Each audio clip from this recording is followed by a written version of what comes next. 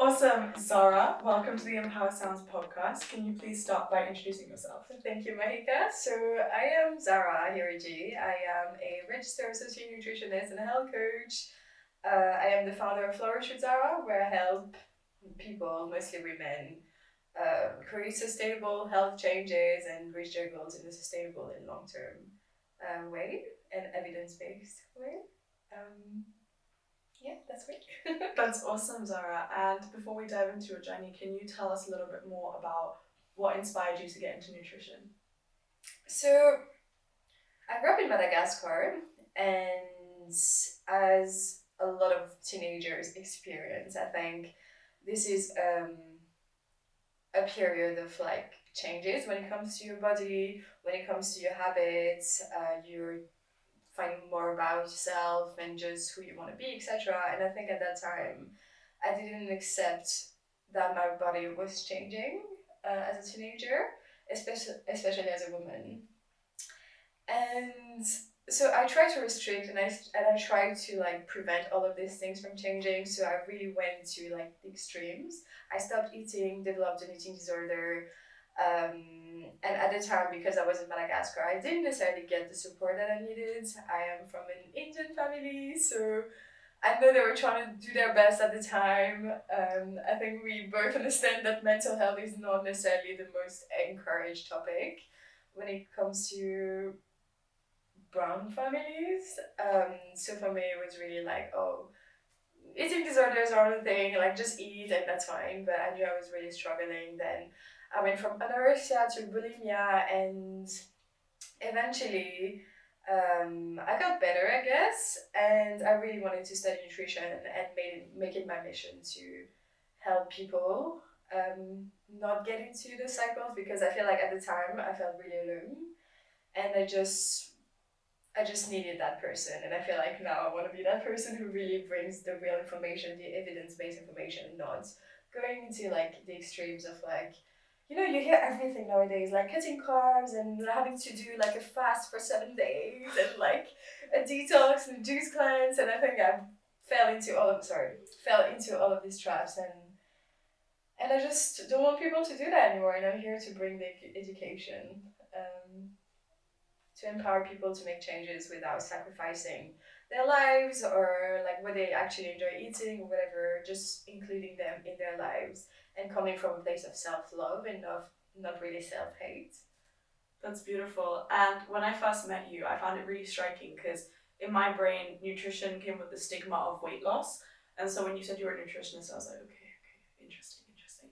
And then I asked you, like, if there was like a set of dominoes and there was one domino habit that would like start all of the other good habits in terms of nutrition and wellness, as a nutritionist, what would you say that would be? And you said mindfulness, and I thought that was really important, and I thought it was also really telling because that was not what I was expecting you to say as a nutritionist. I thought you were going to say like, oh, match your macros and all this kind of stuff. So can we talk a little bit more about mindfulness and how nutrition is not just about what you eat, but how you approach food in terms of mindset as well? I love this. Can I just say before that like as soon as I met you, I knew you were gonna be the best podcast host, because like questions. Imagine going to like a networking event and someone just asking like the best question ever. Thank you. But okay, and I thought that was a great question because, as you said, usually when we talk about nutrition, it's really like, oh, like people come to me and they're like, oh, how much calories should I eat, or like, give me 2 tips for like your 2 best tips and whatever. And it's just, first of all, nutrition is so personalized, right? You can't just give something for everyone. And I guess when I said mindfulness as well, is that nutrition is also a psychological thing. It's not necessarily what you eat, but it's also why you eat and how you eat. Yeah. Um, so I guess when I said mindfulness, I also meant the way you eat. So let's say if every day you come home from work or like, and you just like switch the TV on, you get like so much food, like 10 packs of crisps and whatever you want to eat, like candy or whatever, and you just sit down and you just eat mindlessly, like you don't really need like you don't eat for hunger or like nourishment anymore, right? It's just mindless eating, and even just in general, like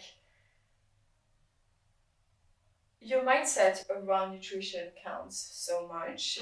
The way you view it, is it nourishment? Is it balanced? Is it punishment? Because sometimes people just hate what they're eating and they feel like, oh, they have to hate what they're eating because that's diet, that's like healthy.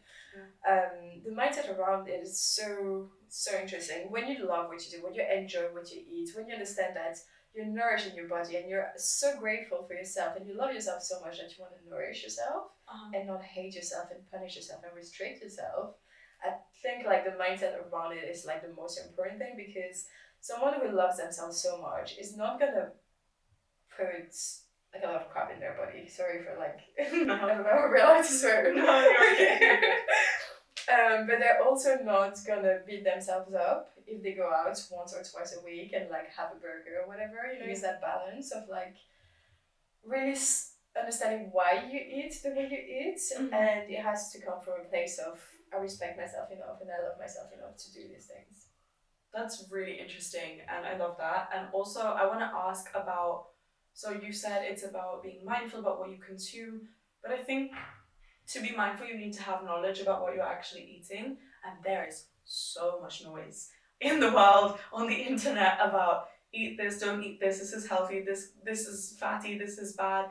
And I feel like you can almost be too mindful, or you can be too scared around approaching food. So to someone who's confused, overwhelmed, and doesn't have the expertise and knowledge that you do, how can they take the first step towards mindful eating and knowing what the right things are for them to eat and include in their diet?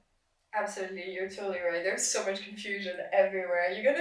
There's people who are gonna tell you like water is bad, or like like you hear everything nowadays.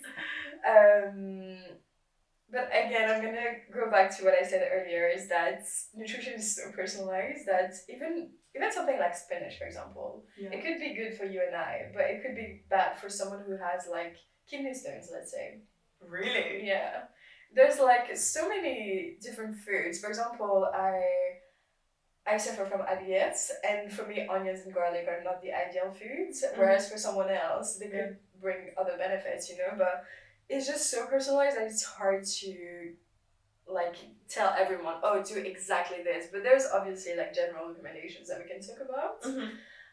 I'd say first of all, keeping things balanced on your plate in terms of macronutrients. Thinking about having like a source of protein, obviously your veggies, the ones that agree with you and your body. Some complex carbs usually. I mean, if you're an athlete or if you're having like health issues, of course, it's gonna depend on your own needs, like the amount of carbs that you need, etc. Some fats, preferably like healthy fats, I want to say. So it's gonna be omega-3s from fish, sardines, tuna, salmon, but also like you can also find them in plant-based sources, so like avocado, nuts, olive oil, etc. I'd say stick to whole foods mostly, but keep in mind that like 80 to 20 balance. So 80% of the time you want to be quite you want to be quite mindful of what you're eating in terms of ingredients, like you want to prioritize whole food, so that's gonna be like the foods that are minimally processed, right? Like the ones that you find in the like how do you call that? Like in the aisles in the supermarket, right? So quite natural, right? And then 20% having that flexibility of like going out and having those opportunities where and those experiences that make life enjoyable as well. You have to have that balance, and I guess that's like what I'd say when it comes to like what to eat. Of course, it's going to depend on you. You want to have enough protein. But I'd say keeping your plate balanced in general, trying to change your ratios depending on your needs, and maybe like speak to someone who might like be able to help you organize, because I can't just give you one recommendation for everyone. Awesome. So apart from a lot of people that are going to watch this are students, and they might not be able to afford a coach or get the personalized tailored guidance that they need. So do you have any recommendations of where they can start to like get knowledge for themselves? Any resources? You've written a lot of interesting articles. So can you share what is the best tools for them to learn a little bit more about how to balance their plates? I love that. Interesting. Resources. Um, I'd say in general, as I said, like prioritizing whole foods, trying to learn to identify what is a healthy fat, what is a source of protein, what is a complex carb, etc. Just understanding how to balance a plate, and then even when you go out, as a student, you go out for dinner or whatever, you kind of know how to. Even when you're at a restaurant, you kind of know how to identify what is a protein, what is a fat, and what is a complex carb, and then you can create that balance wherever you go in a way. And just having that knowledge of like identifying, I think, is the main thing in the first place. So this, you can literally just check online how to, like, what categories each food belongs to. I did like a few resources, so maybe you can see that. But there's like so many people who have done it as well. So I think that's something that's quite easy to find. But sticking to whole foods in general is going to be a good goal. Awesome. I'm going to link all of your articles down below for people to read. Also, okay, we've touched on how to acquire knowledge, and I'm going to talk about me because there's going to be varying people listening to this coming from different backgrounds. But me personally, I feel like I know. I know what I'm meant to eat. I know I'm meant to eat more protein. I know I'm meant to have my 5 a day. I know like the basic general rules, like processed food is bad for you, all this stuff. But things that sometimes get in the way for me, which I feel are also going to get in the way for other people, is I'm busy. I am a student. I'm doing a million other things. I feel like I don't have time, which I know can be an excuse, but it's hard. Budget. Sometimes there's this whole thing of like, oh, healthy food has to be really expensive.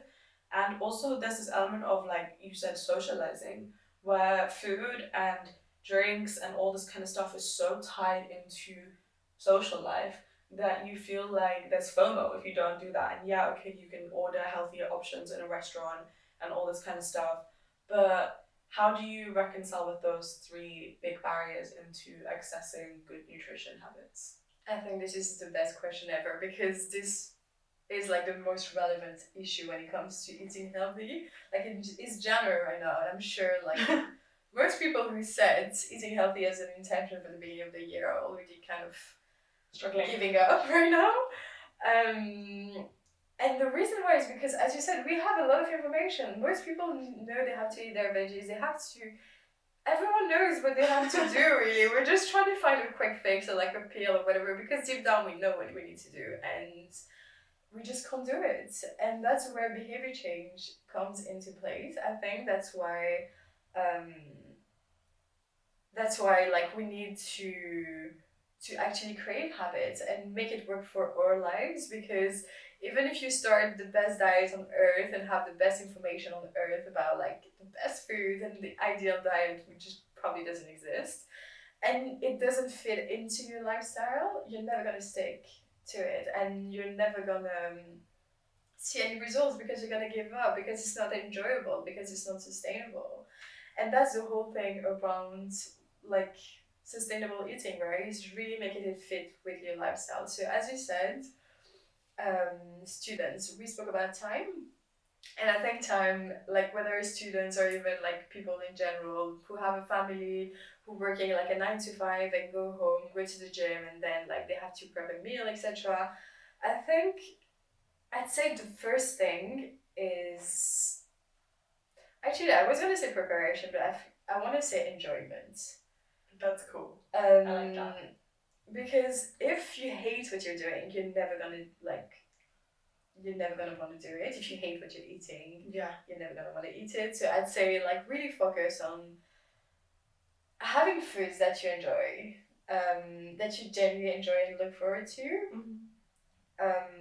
Whether it's, I mean, preparation is gonna come right after, but you could have like the best prepped meal in your fridge when you go home, but if it's disgusting, you're still gonna order that takeaway.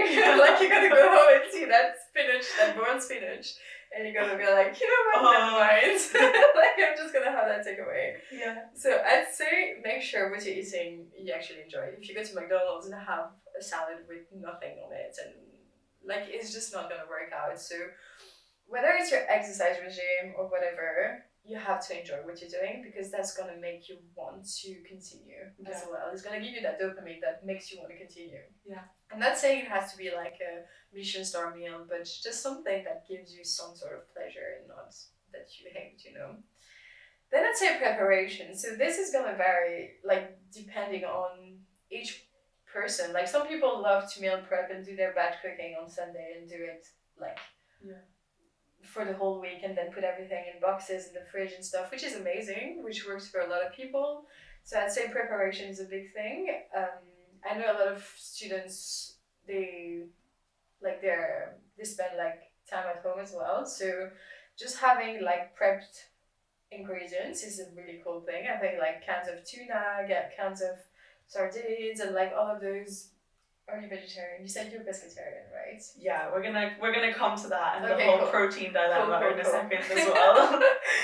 But even like cans of like beans and stuff, and lettuce and fruits and frozen veggies, which are budget friendly as well compared to like fresh ones sometimes. Plus, it lasts for a long time in the fridge if you're a student and you live alone, or like you don't want to eat all of your veggies and you don't want it to rot in the fridge. You can use like frozen veggies, plus it's pre-cut, so you don't have to spend time cutting and washing, etc. I think it's quite an easy tip.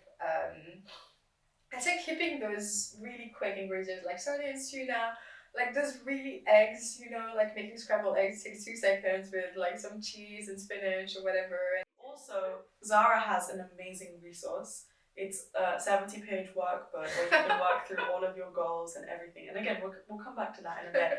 But that's also homework for anyone who wants it and has no clue where to start, because I did it and it's really good. So we've talked about budget, we've talked about time. What about FOMO? Oh, FOMO. Okay, so as we said before, having that 80 to 20% rule is a good way of viewing things. You said FOMO, but do you mean FOMO of like going out, or like of missing out on the food in general? In both senses. Like, okay, I'm talking about me because we don't know exactly who's going to be watching this. So I assume that there's people in my position where I go to uni and I get a coffee with so-and-so person, friend, and we get like a sweet treat with the coffee. And then later on, like, later in the week, I'll go get lunch with a friend, or everyone as the friend group is going to go out and we get food. Or when I don't really go out anymore, but when I used to go out, like, that was a big thing, and then you come back home from the night out, like everyone's getting food, and like that's a whole thing. And so I think sometimes like saying no and bringing your own packed lunch is quite like an activity. Like, okay. I say, even as a nutritionist, I've never done that, so I would never recommend this. Okay, I'm glad. Please tell me you never did that. I've never done it, but it's happened to me once, where like I've organised a plan with someone and they turned up with that like cold salad box, which again, slay. We love goals. We love preparation. We love preparation. But how do people?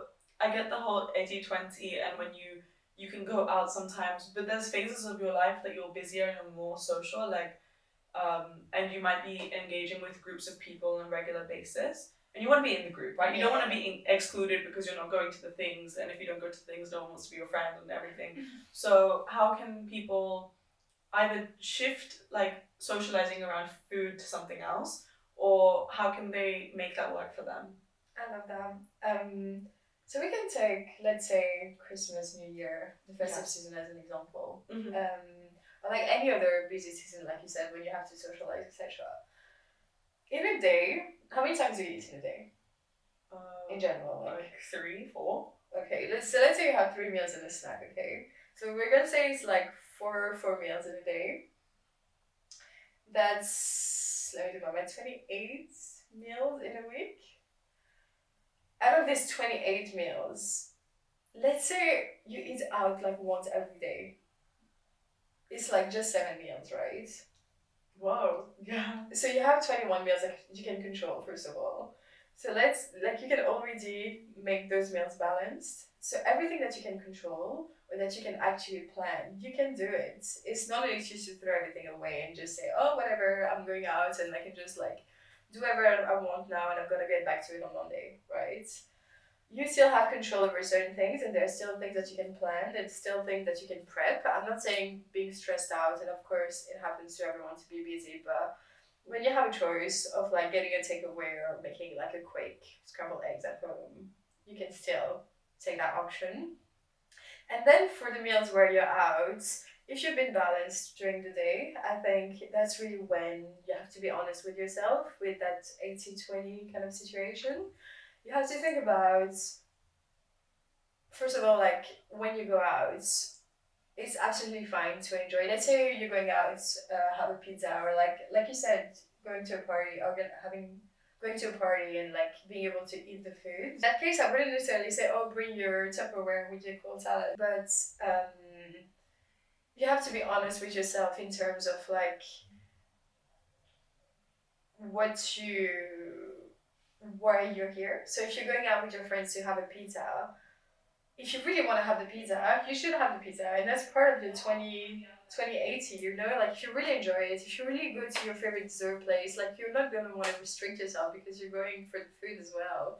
Whereas if you're in, let's say you're in a restaurant because like a work meeting or like something where you go out with your friends all the time, so there's a lot of options, and you know there could be like a pasta with some protein and some veggies, and next to it there's like a pasta with loads of cream and whatever. You can still choose a more balanced option. I think about your goals, and if you're honest with yourself when it comes to like ratio and like, oh, I did this week, maybe I should be more balanced or more mindful with that, without thinking about like, oh, I have to restrict myself. Still having that flexibility and that openness, because I think once we're frustrated, that's when we give up as well. So still keeping that enjoyment. You don't have to eat the cold salad, but you can still have something that works better with your goals, that has a bit more protein, that has a bit like a few veggies, you know. Just keeping that balance in mind. It doesn't have to be all or nothing. It can be a middle gray area. That's really interesting. And linking to what we were speaking about with socializing, Zara did a really interesting post about Christmas and like undoing your eating with exercise. And I think that's a mindset that a lot of people have struggled with. If I want to eat something, I can like undo it with exercise. But anyone who struggles with that mentality, which again, we're not here to judge, like everyone has different backgrounds and has different ways of reaching their goals, but I personally have found that to be quite a depressing way to live, of viewing like exercise as cancelling out food rather than being its own independent thing with its own independent benefits. This is such an important question. It's such a valid concern as well, because like you said, calories in, calories out. It seems so logical to think, oh, if I eat this, I can just like run for like 20 minutes and burn it. But exercise is so much more than this. Exercise, first of all, if you want to make things sustainable, I'm assuming you want, I mean, I'm not going to go super deep into this, but like you want to keep your muscle mass, you know, you don't want to just be super floppy and I don't know. What do you want? I just want to be able to live my life without feeling like held back by my fitness. Do you get what I mean? Like this ability to like sit up and down without feeling any pain, walk without being like tired or out of breath, walk upstairs without being tired. And that requires muscle as well. You know, it's so important to fuel your muscles and to keep that muscle mass. And I think viewing exercise as a way to enjoy yourself, you know, like do the things that you enjoy. I love going to the gym. When I'm not going to the gym, I'm not feeling myself. Some people love running, some people love dancing, some people love climbing, some people love doing so many things, and that's what exercise is. It's supposed to be enjoyment, and like foods, like we said earlier, finding something that you enjoy is going to be the thing that's going to be the cheat code for everything, because you're going to want to do it and not use it as punishment. Imagine if we were like, oh, I ate like a cookie and I have to dance for like 20 hours, you know, to burn that cookie. Like, we use running because it's like a punishment very often. We use it as like, I have to punish myself and I hate it so much and I still need to burn those calories, you know. But viewing exercise as something that gives you energy, that gives you pleasure and enjoyment, first of all, is a great thing, because like it's, when you think about it, like having the opportunity to do all of these things is amazing. And when we're 80, we still want to be able to do these things, right? We don't want to have like someone taking care of us, or like even in the future. I know we're still young, but just thinking about when I look at my mom, let's say she's in her 50s, and I'm like, I really want her to be able to still go on hikes with me when she's 70. So exercising is really gonna help with that, like having that muscle mass, etc. Um, and speaking of muscle mass, so the reason why I keep mentioning this is because you want to use food to fuel your exercise and to fuel your muscles and to recover properly and to be able to have your best performance, you know? Whether you're going to the gym and you just want that PB and like really improve your performance, or if you're running a marathon, whatever, like you want to be able to fuel your exercise and see like improvements as well, whether it's in the way you look, um, or like how you perform, you know. So like I guess again it's this whole thing of self-hate versus self-love.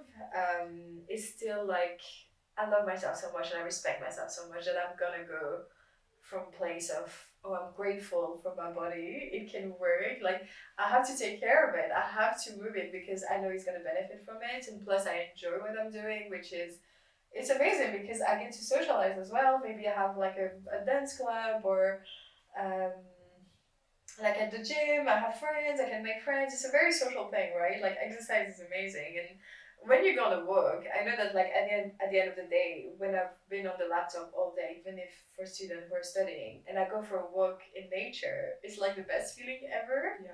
And it's such a privilege to be able to do that. And I think when you enjoy what you're doing, exercise is not a chore anymore. It's something that adds to your life. It doesn't remove anything from your life, and it shouldn't. Like very often when you go for a walk, you don't think, oh, I'm burning, blah blah blah. You just go because you enjoy it. Yeah. That's really interesting, and this links onto my next question because you talked about muscle mass, and I think we need to talk about protein. I love it. Because again, this is something that there's just so much noise about on the internet, and again, I'm just a girl. I'm confused. There's so much stuff on the internet about how much protein to eat, and I know you're gonna say it depends. But first of all, let's start by why do I need to eat protein? Then let's talk about how can I figure out how I and anyone who's watching, like how can we figure out how much we need to eat? And then how can we get it, you know? I love it. So please. So protein is literally my favorite thing ever. I love talking about protein. So you need it for everything. I'm gonna go into like the weight loss and body composition side of things after, but protein is super important for everything. Your skin, your nails, every single thing, your muscles, like your bones. It's just even like your gut health, etc. Like it's just so important to have enough protein because it constitutes like so much tissue in our body. But like, are you talking about in like like a weight loss situation, or like do you? Okay, let's run a specific through scenario in mind. Let's run through a few scenarios so we can help people listening. What would they want? Someone who's happy with their life and their body, and they just want to be healthy. How much protein do they need? Okay, so I'd say in that case, you can try around.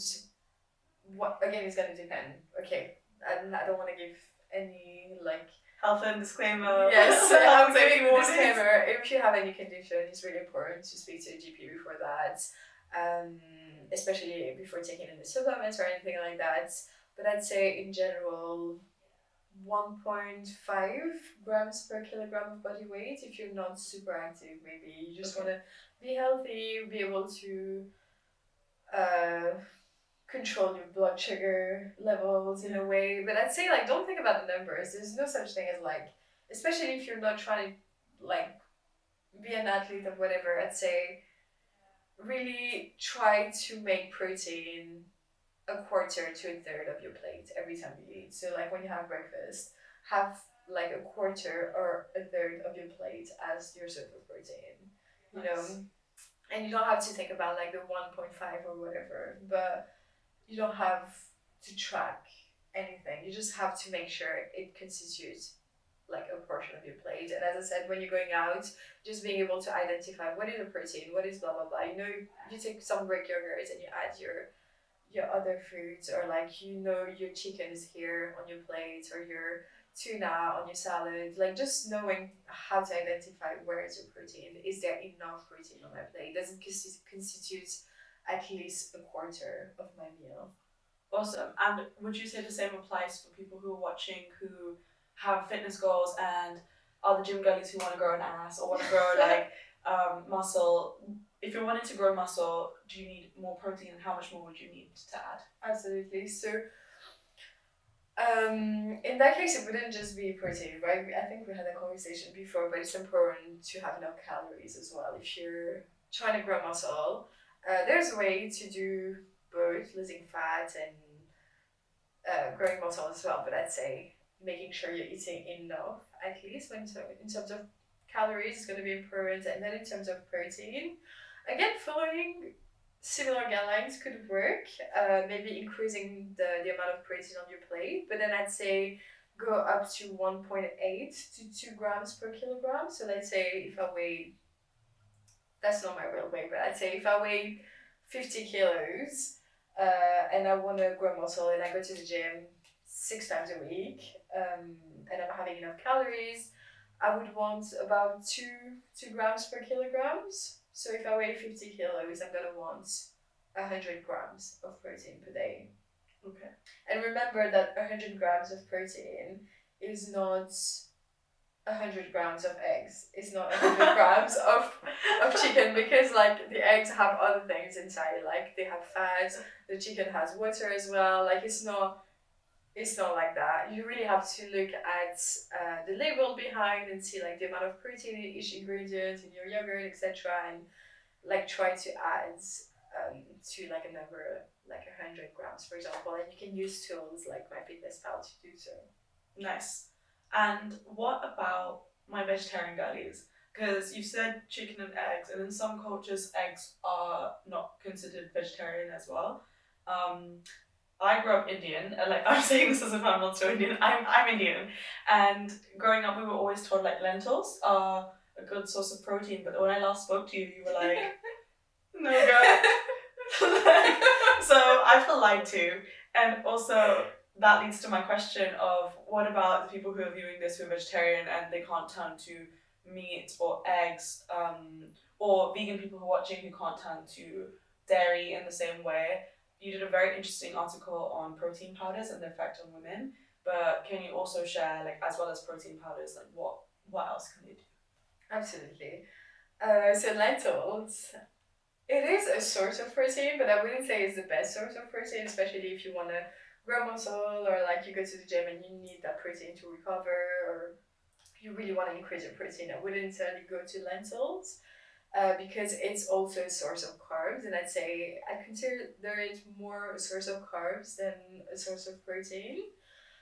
Also, when it comes to plant-based protein, basically when you want, there's 9 amino acids in protein, and you want 9 essential amino acids, that you would want in a source of protein. So you're gonna find this in meat, in dairy, etc. But when it comes to plant-based options, if I have lentils, for example, they might be 4 amino acids that are essentials, and then I might need to find the other 5 in other sources, and I need to pair them for them to have like a synergy.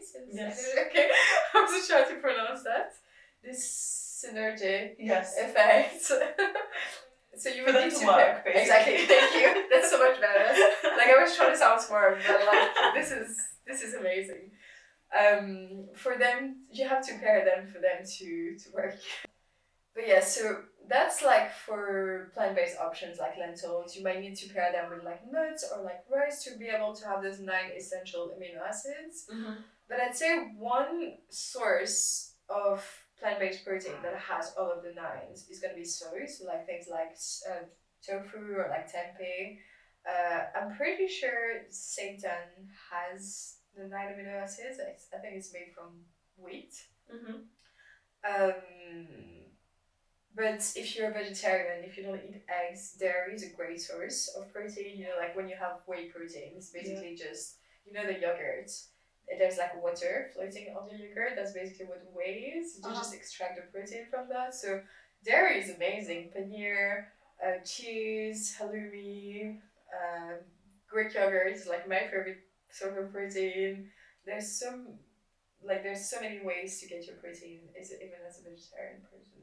And in terms of protein powders, like, what's your take on that? Are they good? Are they bad? Should you supplement them for like a snack so that you can meet your protein needs? Are there ones that are better or worse? Again, not sponsored. Definitely not. Not sponsored. What's your take on protein powders? And also, again, you did a really interesting article on their effect for women. So, is there variances between that? And can you share a little bit more about that? So, I'm just going to repeat what you said, that protein powders are a supplement. And that's exactly what they're supposed to be, a supplement and not a replacement for anything. So, I'd say try to have your protein as you normally would.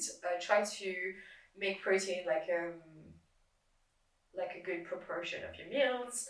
And then if you feel like it's really not enough and you're really struggling to add any more protein and you really can't reach that target, etc., then have your protein powder. And I have nothing, again, disclaimer, before taking any supplements, speak to a GP. But I don't have anything against protein powder in general. We're gonna dive into like the different types, etc.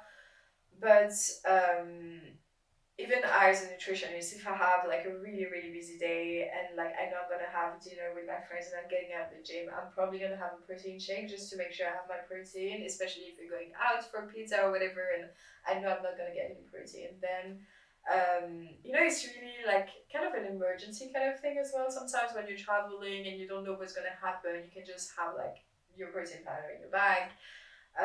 Now you said adding it to snacks, etc. Like some people like to bake with protein powder, etc. But I think there's always better ways to. There's always easy ways to add natural protein. Very often, like a can of tuna is gonna be the same amount as like a protein shake. So if you can just add your can of tuna into your salad instead of having a salad and a protein shake, or like I started thinking of a tuna smoothie. That's what I'm laughing. You can try and let me know, Please don't do that. But yeah, like actually smoothies are a great example. Not tuna smoothies, but I feel like protein powders very often they're flavored, so people like to use them for like flavoring, etc. But obviously the ingredients matter because not all protein powders are created equal. You really have to look at the labels, look at the ingredients, depending on your goals. But I'm assuming you don't necessarily want sugar or like 10 preservatives, like things like that, right? Like make sure it's as limited when it comes to ingredients as possible. So there's so many different protein powders. I'm gonna start with whey protein because I think that's like the most common.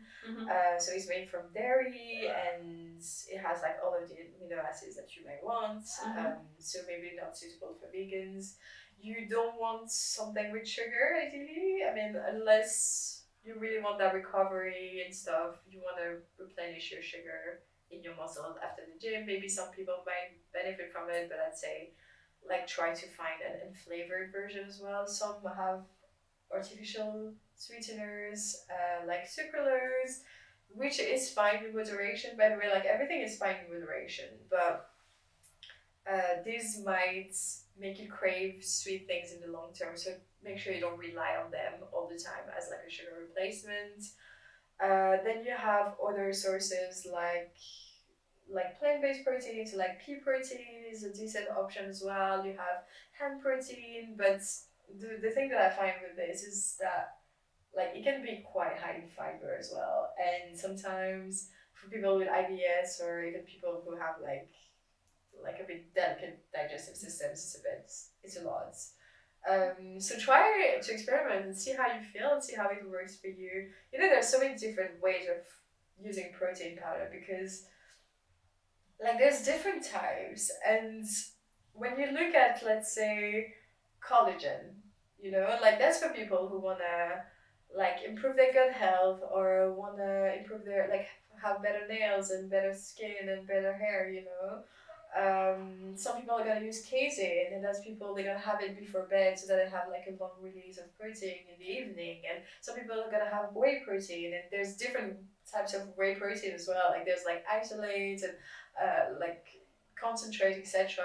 That's gonna depend, like if they want to go to the gym and they want like a quick replenishment of protein, they're gonna have that. It's really depending on your goals and your body and the reason why you're using protein, I guess. So again, it depends.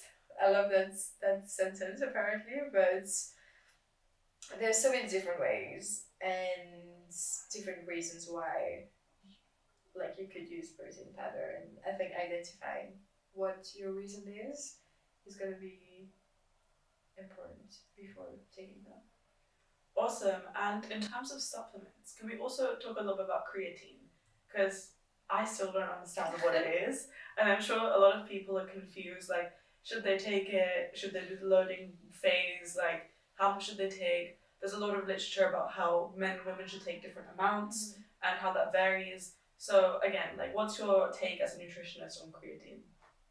So creatine is actually the one of the most, or probably the most researched supplements when it comes to, like, in general, and it has so many benefits. Like, I genuinely think most people could benefit from taking creatine because it really helps your cells, like, create more energy. I have a really good friend. His name's Liam, and I think he's the best when it comes to explaining the cell biology behind this. I don't think I could explain it to you right now, but it has to do with ATP, and I think it's really effective when it comes to, like, getting your energy. When it comes to your gym performance as well, it's amazing. When it comes to amounts, I know some people like to do this creatine thing where they have like 15 grams for like a few days, which is quite a lot, to really make their muscles full of creatine. But in general, taking 3 to 5 grams per day is a good guideline. Again, before taking the supplement, I think it's really important to speak to a healthcare provider because they're going to be able to make it personalized to you. But I really genuinely think that creatine is the best thing, especially if you want to improve your energy levels, or even just your, like, how your performance goes when it comes to exercise. Do you need to take it only if you exercise? Like, do you only take it on the days you exercise, or do you take it every day? I'd say every day. Maybe if you don't exercise, you might not need as much. You could put it down to like 3 grams or less. But I know there's been research even for women in menopause, etc. I think it has a lot of benefits. Very interesting. So I feel like I've asked you all the questions that I would have wanted to know from a nutritionist, but I'm sure that there's a few gaps for our listeners. What is your top 3 things that you just wish you could shake every single person listening to this and be like, if you know these 3 things, like, you will have benefited from this conversation? Like, what are Zara's top 3 takeaways? I'd say habits. Habits are like what's gonna make everything work or not work.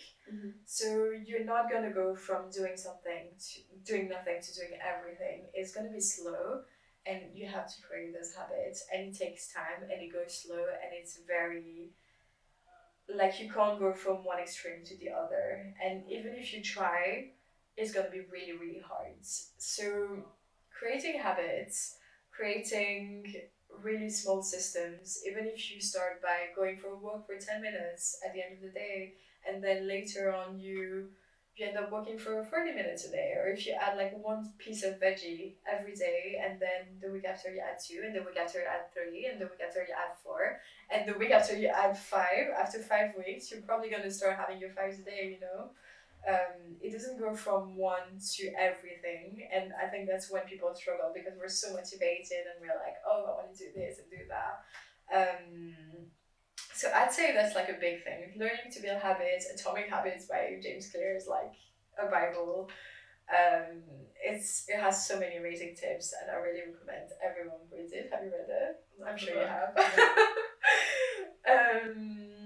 second thing would be your core values. I think, again, I think he speaks about it in the book, but just understanding why you do things that you do, what motivates you.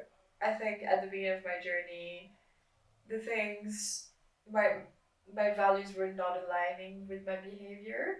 So even if my values were health and, let's say, like, I wanted to identify with health and patience and sustainable whatever and like long-term health and long-term results, I was doing all of the things that someone would do. Like, I was actually fueled by external validation, impatience, um, quick fixes, like instant gratification, and understanding that my values were not aligned with my behavior was a big thing for me.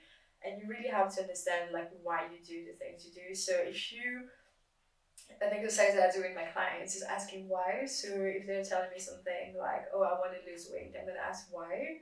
And then they're gonna tell me, oh, because I don't know, like I want to fit into my clothes, and I'm gonna ask why, and they're gonna be like, "Oh, I want to be confident," and I'm gonna ask, "Why do you want to be confident?" And then we go deep enough so that they tell me, "Oh, because I feel like I'm not a good mom, and I'm like a terrible example for my children, and I want to show them what it feels like to have self-esteem, etc." And once they understand that, they understand how important it is to align your values with that. So by being super extreme with your diets and like punishing yourself, it's not going to lead to your children like being happy about you and taking you as an example, right? You really have to align your values. And the third thing would be, it's not really nutrition related, but like if I had to say like general like balance, enjoyment, etc.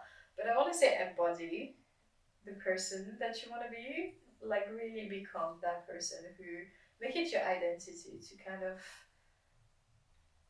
be a healthy person. Try to think about the ideal version of yourself and show up as them. So if the ideal version of yourself was faced with a situation where they had to choose between punishing themselves and like hating themselves and speaking to themselves like in a really bad way, would they do it, or what would they do instead? You know, like just journaling around that and writing it down and really understanding how they would react can kind of give that separation when it comes to like being more objective and being able to make a more rational decision. And I think meditation helps with that as well, just being able to separate your impulsive thoughts from like the rational ones, because I feel like very often when we make those choices, or even when we go for the chocolate bar instead of something else because we're tired, or like we don't want to do something, we're getting lazy around like going for a walk, let's say, very often it's emotional and it's not necessarily rational, because we know what we want to do, we know what we need to do. But just being able to separate this, it takes a lot of practice, it takes a lot of introspection, and I think trying to go into those practices of mindfulness, etc., is going to be an important one. It's not just about what you eat, but it's everything around it, around the mindset, around who you are as a person. That's beautiful.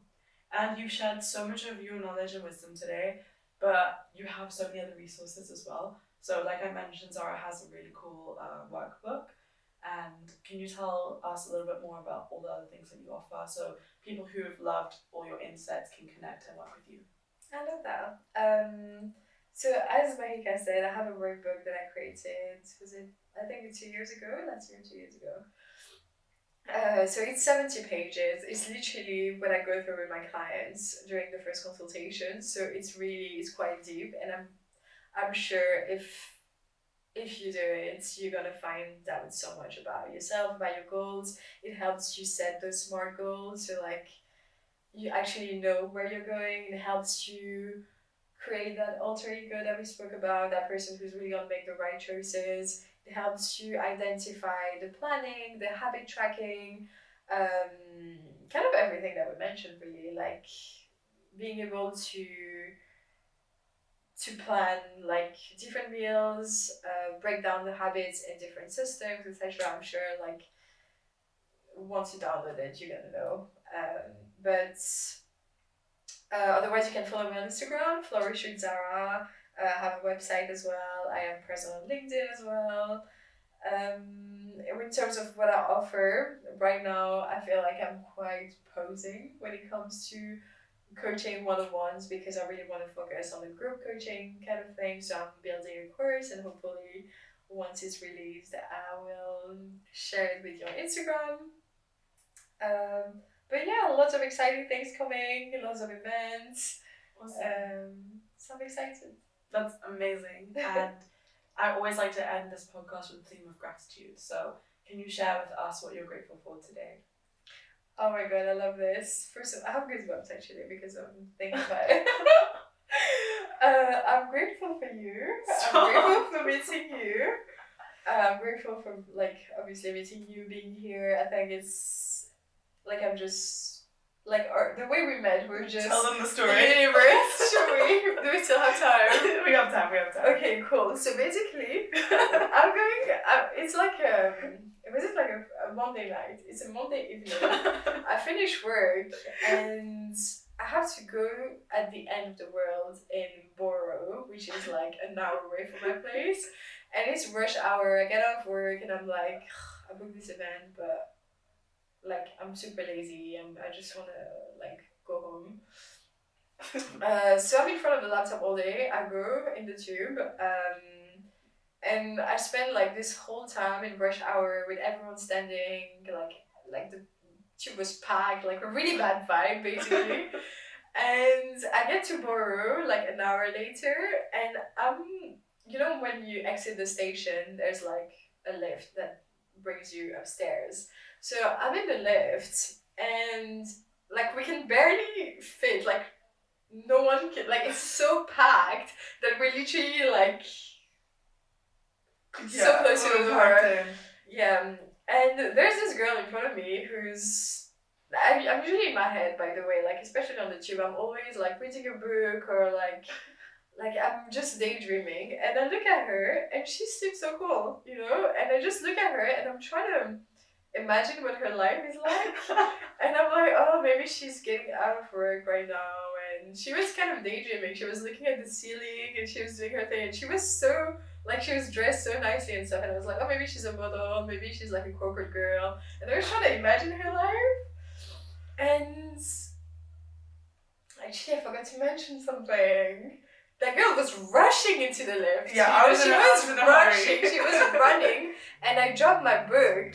And I felt so bad because she was behind me, and I felt like she was so upset that I dropped my book because I didn't like she didn't manage to catch the lift before that. So I'm looking at her and I'm like, oh, maybe she's going to the event. And then I pose myself and I'm like, oh yeah, no, she's definitely not. Like it's rush hour, you know, like.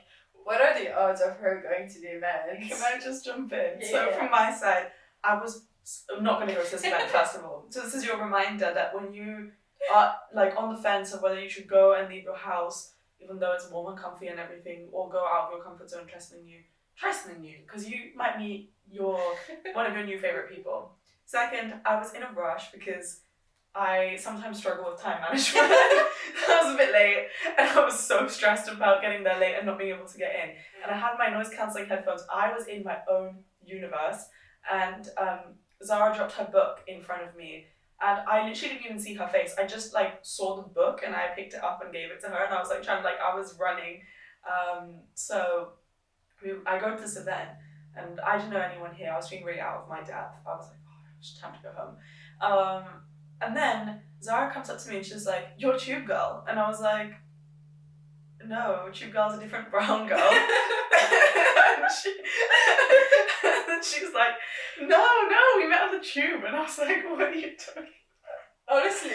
And then she told me and I was like, oh my god, it's the girl with the book. Yeah, and you were like, it's a white book with a gold circle. Yeah. So that's how we met. I'm really grateful for you too. Love how this episode just turned into I'll meet cute. Yeah, I knew that was gonna happen. We just. I'm really grateful. I've learned a lot from you today, and I'm sure the listeners have as well. Thank you so much for your time. Thank you so much for having me.